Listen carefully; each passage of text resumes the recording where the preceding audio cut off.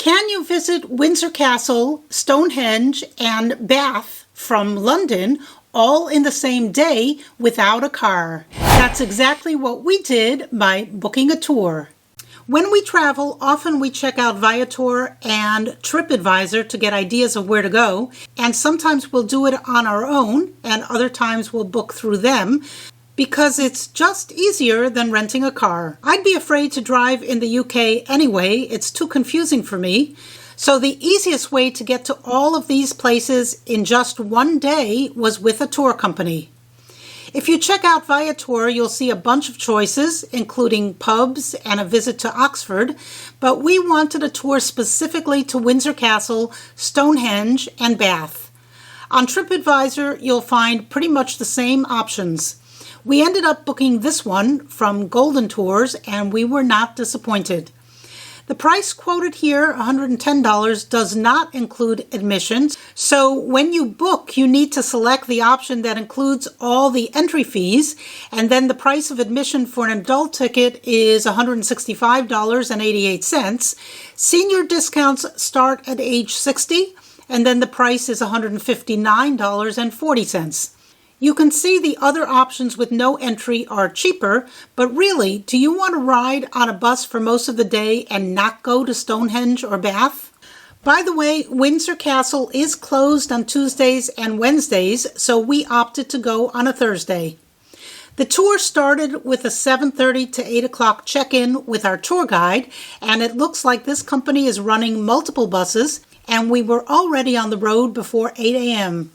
We got to the Windsor Castle in around an hour.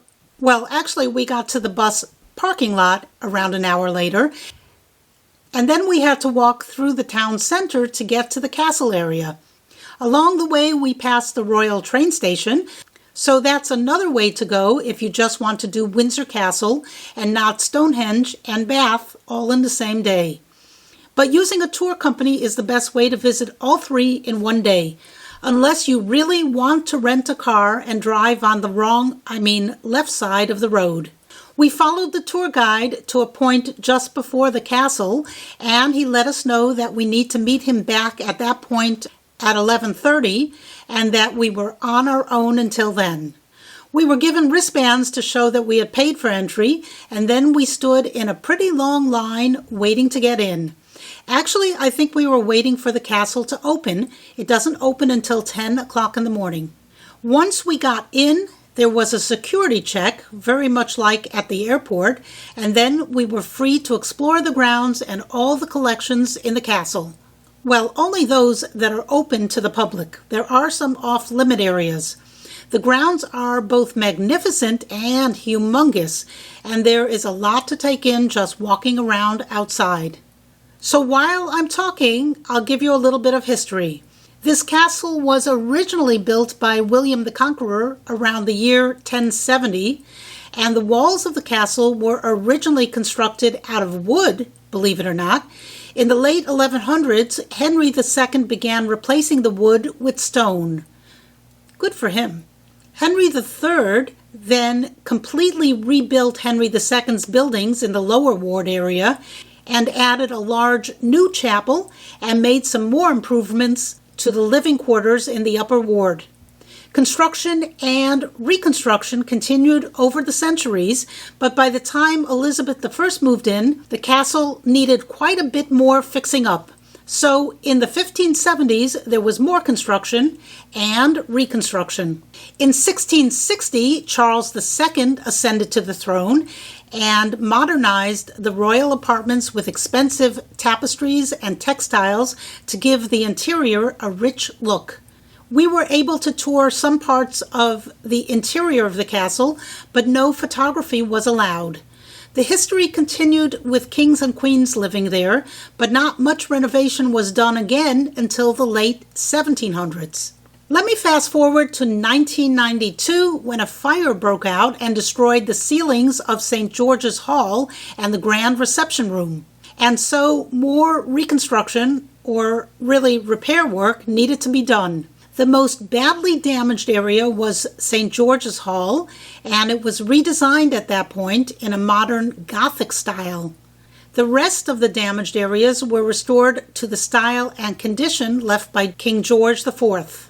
We did go inside, and if you go to the website, you'll get a taste of the magnificence we saw there. There is definitely a lot to take in, but unfortunately, no video or photography was allowed. You can see on the Royal Collection Trust website some of the grandeur of the state rooms and ceremonial rooms, so go over to that website and have a look. Or go see the real thing. There's a changing of the guards at 11 a.m., which is a ceremony to hand over the duties between the guards on duty and the ones taking their place. The ceremony starts with the guards marching through the town of Windsor and into the castle, and then the guards change places and the old guards march out. You can watch the ceremony of the changing of the guards in the castle, as you see here, on Tuesdays, Thursdays, and Saturdays, but this is subject to change, so make sure to check the website to confirm the schedule. The ceremony lasts about 45 minutes, and we couldn't stay for the whole thing, unfortunately, because we had to get back to the meeting point and then back to the bus by 11:30 for our next leg of the tour to Stonehenge. So reluctantly, we left after about watching for 15 minutes and then wound our way back just the way we came, past the Royal train station and past the town center with all the shops and eateries.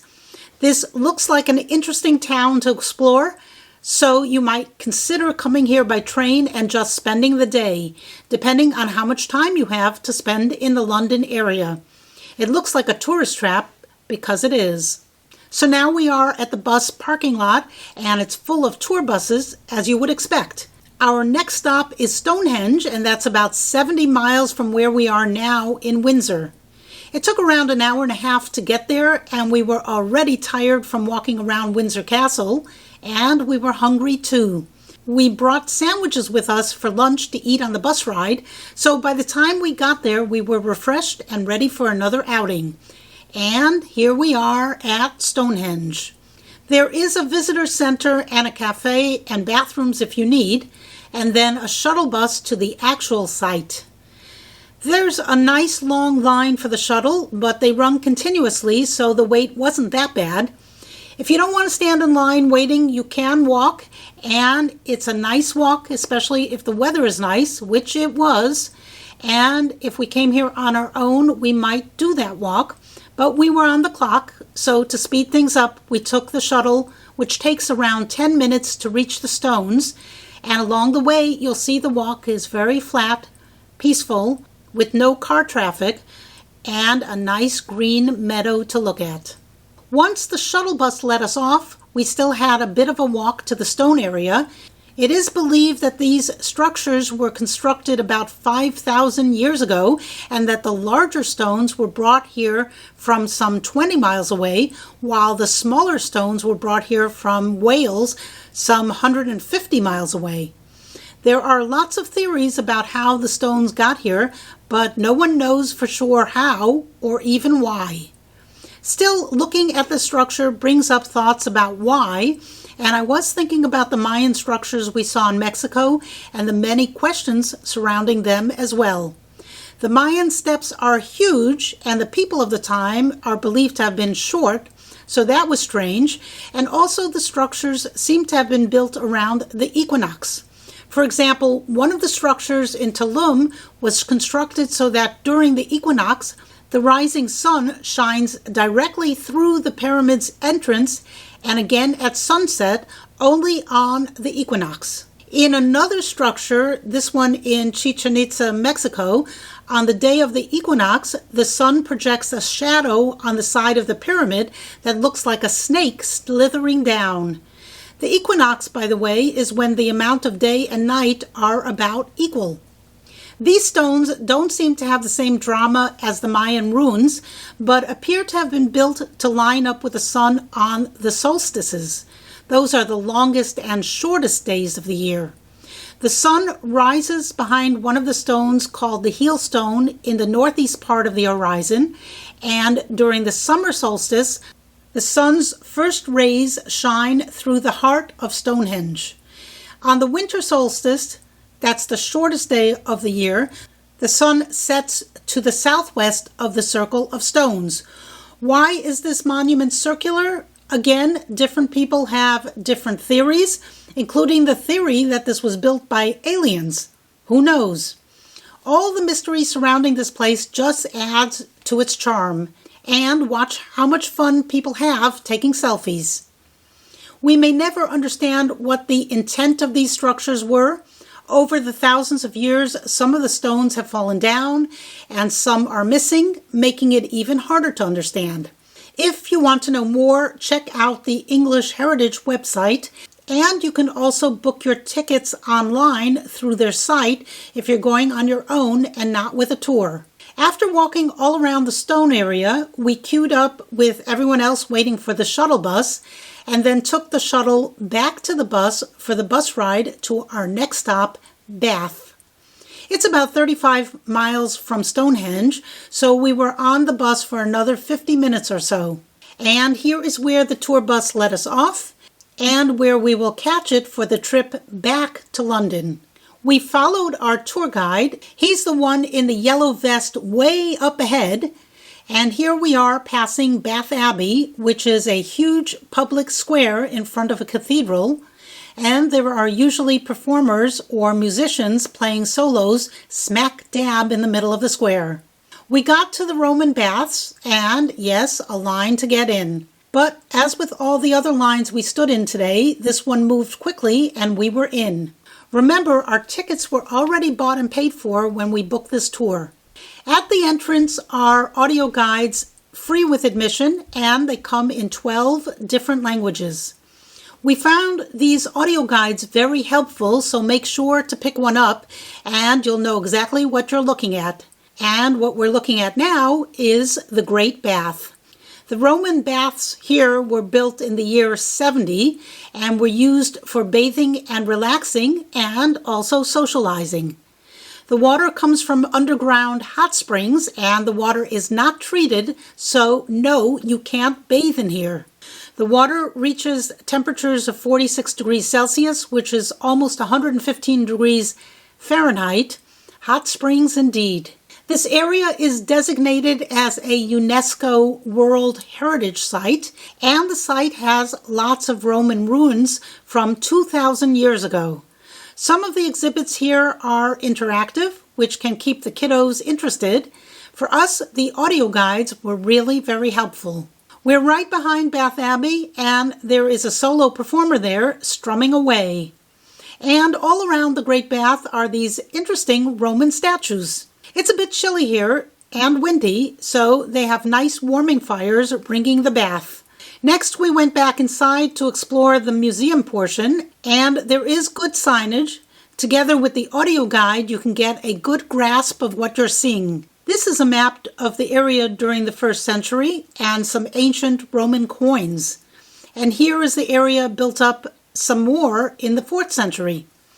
We walked around for about an hour, reading and soaking in the history. There were lots of steps and it was dark in most of the museum, which is why the footage here is a bit grainy. Sorry about that. The GoPro doesn't do that well in the dark. Once we were done looking at everything, we were back outside and on our own to get back to the tour bus. We had some time before we needed to get back, so we walked around a bit, watched yet another performer, walked around a bit more, and slowly made our way back the same way we had come in. In case you're hungry, there's lots of ice cream to be had, and probably other treats as well. This town seems quite interesting. You might think about staying here for a day or so to really get a feel for the place. For us, this was just a day trip from our base in London. And this looks like a mailbox. Yes, there is much more to explore here, but we needed to get back on the bus and back to London. The bus ride back was long, more than 2 hours long. Bath is around 115 miles from London. We drove through a lot of England's countryside, and then it started to rain, but we were really lucky with the weather. For most of the day, the weather was really beautiful for England. It was a long day, but very worthwhile. We napped on the bus on the way back and got back to London around 8 p.m. This is a 12-hour tour, and I highly recommend it. Especially if you're short on time and want to see as much as you can in one day, then this tour is for you. Otherwise, split this into 3 separate days and do it on your own. Happy travels. Thanks for watching. Bye.